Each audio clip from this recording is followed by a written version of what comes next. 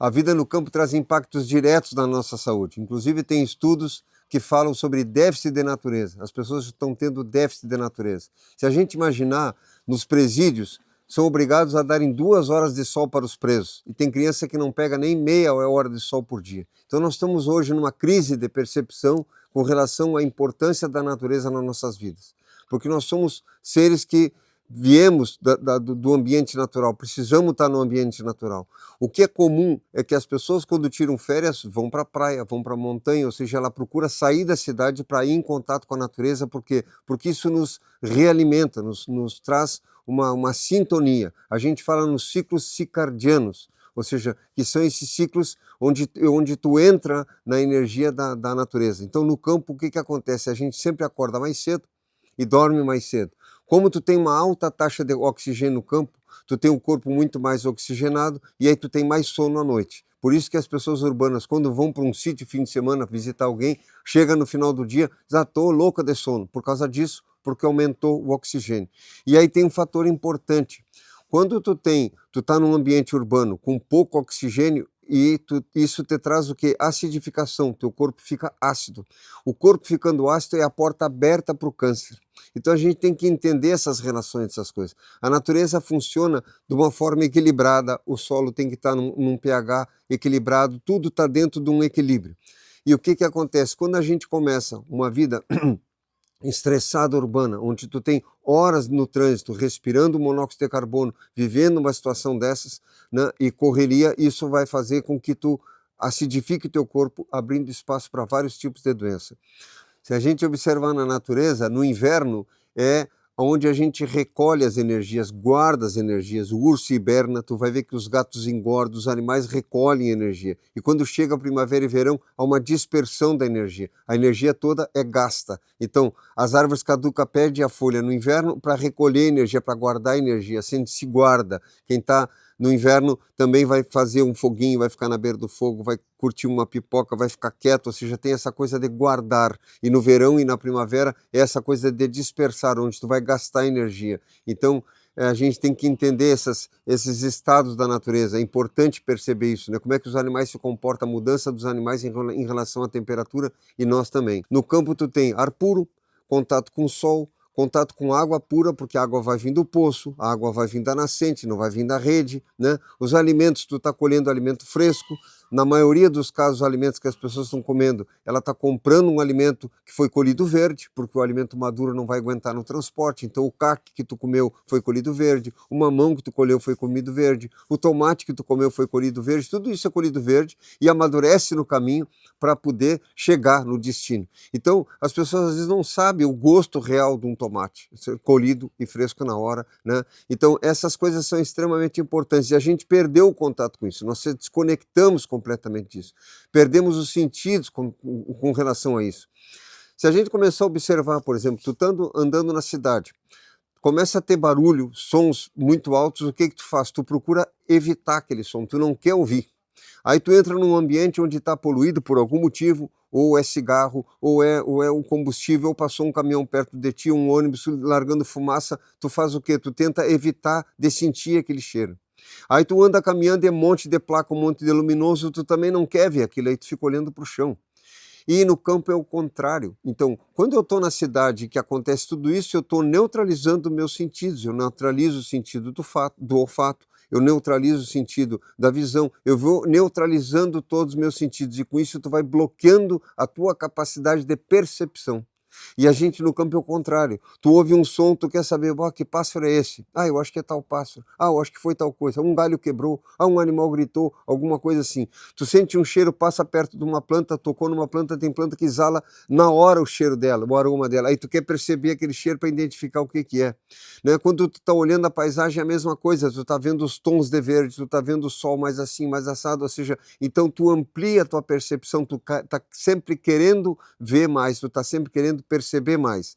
É interessante assim, tu pega, há um tempo atrás eu estava com uma pessoa caminhando no mato e tinha uma coisa branca no meio do mato. A pessoa diz assim para mim, olha lá, deve ser um saco plástico. Na relação da cabeça dela, por ser uma pessoa urbana, ela viu uma coisa branca no plástico, na natureza, ela relacionou com plástico.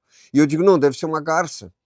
porque as garças, a carrapateira que a gente chama, é branca, né? E era uma garça, né? Então, até a relação que a gente tem com relação às coisas parte desse princípio, ou seja, eu enxergo uma coisa à distância, no chão eu posso pensar assim, bom, será que é um lagarto? Será que é uma cobra? A pessoa vai olhar e vai dizer assim, será que é um pedaço de pneu? Porque a relação dela com alguma coisa preta que está no chão é um pneu, ou alguma coisa assim, né? Então, no momento que eu estou no campo, eu começo a ampliar essas percepções de sentido, do cheiro, da visão, das percepções com tudo isso. E isso amplia, por isso que as crianças, quando tu leva para o campo, ela começa a ter contato com o campo, ela começa a sair um pouquinho do celular, porque agora ela parou de ver uma tela plana e está vendo uma tela em 3D, só que ela interage com essa tela em 3D, ela começa a mexer com isso, né? Eu, quando era criança, no campo, o meu avô tinha uma oficina, né? Como toda fazenda, todo sítio tem uma oficina com todas as ferramentas, como eu tenho aqui. Então eu ia lá para dentro da oficina e começava a cortar madeira e fazer não sei o que, pegava chinelo velho, cortava, fazia a rodinha do caminhão. As latas de azeite, na época, eram quadradas, a lata de azeite era quadrada, de lata, né? Aí eu cortava, fazia a caçamba do caminhão, fazia a capota do caminhão, se tinha algum plástico duro, fazia o para-brisa, nós montávamos o brinquedo. A gente passava horas, às vezes dias, montando o brinquedo para depois brincar. Então aquilo tinha um valor, ninguém pegava um brinquedo e destruía, porque tu que fez aquilo, né? E eu conto isso porque há um tempo atrás eu fui fazer um trabalho em umas escolas em Porto Alegre, onde a gente ia implementar a horta nas escolas, e a diretora de uma determinada escola mais de periferia, onde tinha um pouco mais de violência com as crianças, disse assim para mim, olha, a gente lhe chamou, mas não tem muita esperança, porque a gente já mandou fazer várias vezes as hortas aqui, organizar as hortas, e eles vão e quebram tudo, destroem tudo. Não adianta, já pagamos várias vezes. Eu digo, essa é a questão, o que a senhora não está se dando conta é que a senhora está pagando alguém para fazer, e eles não estão participando. No momento que eles participarem vai ser diferente.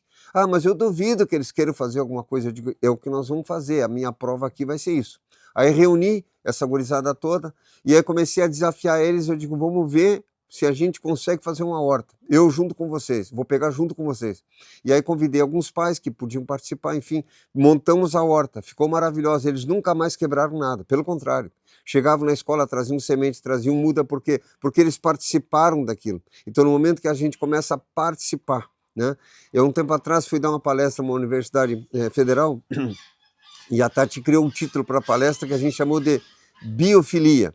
Ou seja, como é que eu me filio a essa vida novamente? Nós precisamos nos filiar a essa vida novamente. Agora eu estou ouvindo o som dos gansos. Imagine se isso fosse buzina ou um carro acelerando, ficar uma coisa desagradável. E na verdade eu quero parar de falar e ficar ouvindo eles, porque eles estão conversando entre eles. Talvez eu não entenda o diálogo deles, mas eles estão conversando entre eles, né? Porque tem dois grupos, os grupos não se juntam muito, às vezes eles brigam. Então, ou seja, e quando tu começa a perceber, te dá uma vontade de aprender mais. Eu quero saber como é que funciona a vida, eu quero saber como é que funciona uma planta, eu quero saber como é que funcionam essas coisas. Então, quando a gente começa a participar, que é o que eu disse para essa diretora na época, começa a mudar tudo. Porque antes o que acontecia? Esses alunos chegavam na escola, aquilo estava pronto, certo? E por essa vida pronta que a gente vê pronta na televisão tu tem o áudio, o som está pronto, tu não está fazendo nada, tu senta, não é que nem um livro. O livro tu está lendo, tu tem que imaginar a cena, né? Então, o livro já traz uma outra realidade, só que é mais cômodo as pessoas sentarem e verem aquilo pronto. Então, meu avô dizia assim, que quem não sabe fazer, compra pronto, né? Então, quando tu começa a saber fazer as coisas, seja ela qual for, tu vai dar muito mais valor para aquilo. Imagina, alguém que costurou uma roupa vai ter o máximo cuidado com essa roupa do que tu ter comprado a roupa, né? Então, o que falta é nós mudarmos o nosso paradigma, nós temos que ter uma visão diferente. Quando a gente chama as pessoas para o curso, ou vai dar um curso em algum lugar, eu sempre digo o seguinte, a ideia do material todo que nós vamos trazer para vocês é que tu mude o olhar com relação às coisas. Porque as coisas já estão aí, eu preciso só mudar o olhar com relação a elas, né? Eu preciso entender que existe um comportamento diferente entre as pessoas, né? E que eu preciso então mudar o olhar com relação a isso. E tu vê que a nossa dificuldade é aceitar as coisas como elas são, aceitar as pessoas como elas são, aceitar as diferenças como elas são. Eu faço sempre a relação com a árvore, né? A árvore cresce num ambiente de diferenças, porque ela cresce para cima, em direção ao sol, e ao mesmo tempo ela cresce para baixo, e isso é bom, né? Então, quando a gente fala em democracia, na verdade, a gente não aceita isso, porque tu quer que o outro pense e faça igual a ti. E não funciona assim, porque cada pessoa é um universo, né? E tá tudo. E essa diferença é que constrói o processo. A questão é respeitar essas diferenças. E isso serve para tudo. né? Então, quando a gente começa a interagir verdadeiramente com a natureza e não simplesmente explorar, eu tenho um campo onde eu vendo gado, onde eu planto isso, onde eu planto aquilo, e aquilo me dá tanto de retorno. Ou seja, o Bill Mollison diz que o problema da agricultura é quando ela deixou de ser algo para produzir alimento e virou alguma coisa para produzir dinheiro. Então, quando eu tenho uma intenção com as coisas, com as pessoas, com os animais e com as plantas, simplesmente por uma coisa financeira, o meu aspecto, o meu olhar muda completamente com relação àquilo. Agora, quando eu consigo olhar aquilo com outro olhar, um olhar onde eu estou me desfrutando daquilo e tentando aprender como aquilo funciona, eu tenho um crescimento com isso. Então, eu tenho um crescimento com isso. Então, a natureza, e principalmente a agricultura, ela é uma parte muito inteira junto conosco. Nós precisávamos entender isso, porque esse foi o primeiro ofício do homem. Então, medicina, todo mundo sabe alguma coisa, algum chá, algum remédio, alguma coisa. Todo mundo tem alguma coisa de médico e de louco, todo mundo tem um pouco, né? Então, a medicina, a arte, né, e a agricultura são três coisas, são três pilares que andam juntos. Nós tínhamos que fazer as três coisas. Eu gosto de estudar um pouco de violão, um pouco de flauta, não vou me tornar um flautista, não vou me tornar um violinista, mas é importante aprender a música, é importante aprender algumas coisas com relação a remédio, é importante aprender a agricultura. Então hoje tem grandes universidades e até às vezes empresas que fazem o quê? Quando o cara é da área da engenharia, faz o cara fazer uma cadeira ou algum ensino com relação à arte. As pessoas que estão completamente envolvidas com arte, pegar o cara e tentar fazer alguma coisa que seja mais técnica, mais calculista, né? Para a pessoa abrir e expandir. Por isso que é importante aprender línguas, ou seja, aprender coisas que sejam fora do nosso escopo. E eu acho que a natureza faz isso, porque no campo tu é um pouco de pedreiro, tu é um pouco de carpinteiro, tu é um pouco de construtor, tu é um pouco de agricultor, tu mexe com animais, a gente faz de tudo um pouco. E essa diversidade amplia a nossa percepção. Eu lembro um período da minha vida que eu tive que sair do campo, porque me pediram a terra que eu estava e eu fui obrigado a sair. E eu não achava outro lugar para ir. Quando chegou no período dos períodos de inverno, que é essa época agora que eu plantava a cebola, a cenoura para semente, outras coisas para algumas empresas. Quando chegou esse período, eu estava na cidade, porque eu não tinha arrumado terra ainda. Eu tive que entregar a terra que eu estava. Eu comecei a sentir uma ansiedade, e quando eu me dei conta, eu estava vivendo a depressão, que eu não sabia nem o que era. E resolvi estudar isso, né? E eu estava deprimido. Por quê? Porque eu não estava conseguindo, naquele período, me faltava alguma coisa, e essa coisa que faltava era plantar. Porque naquela época, naquele momento, eu sempre fazia aquilo durante anos. Naquele período, eu passava um mês, dois plantando aquela planta. E eu não ia poder fazer aquilo. E eu comecei a me deprimir por causa daquilo. Então, a relação com aquela planta, para mim, era tão forte a ponto de me tirar do meu centro, do meu propósito, que era fazer aquilo. E às vezes a gente não percebe isso, o quanto a gente pode se relacionar com as plantas e tirar pessoas de situações que estão em depressão e levar para um outro plano, no momento que a pessoa se envolve com coisas disso. Por isso que tem tanta gente criando pet em casa, que agora chamam de pet, a gente chamava de cachorro, de gato, né? Por causa que as pessoas começam a ter um afeto com alguma coisa, ou com cachorro, ou com gato, e a pessoa sai desse campo, então, de introspecção, né? Porque tudo na vida tem propósito. Se tu imaginar, uma bactéria tem um propósito, um vírus tem um propósito, tudo tem propósito. Quem está sem propósito é o ser humano que está com propósito, ou invertidos, ou confusos. Então, eu acredito que a vida no campo é uma forma da gente ascender a áreas mais luminosas na nossa vida, a gente começar a entender a natureza não como um negócio, não como um almoxerifado, como eu vou lá e tiro coisa, mas algo que eu aprendo também, algo que eu vou viver e vou aprender. Então é por isso que a gente tem compartilhado várias informações com as pessoas. Acompanhe a gente aqui, que a gente está sempre trazendo material sobre agricultura orgânica, sobre permacultura, bioconstrução, desenvolvimento sustentável e tudo mais, e o bem viver no campo.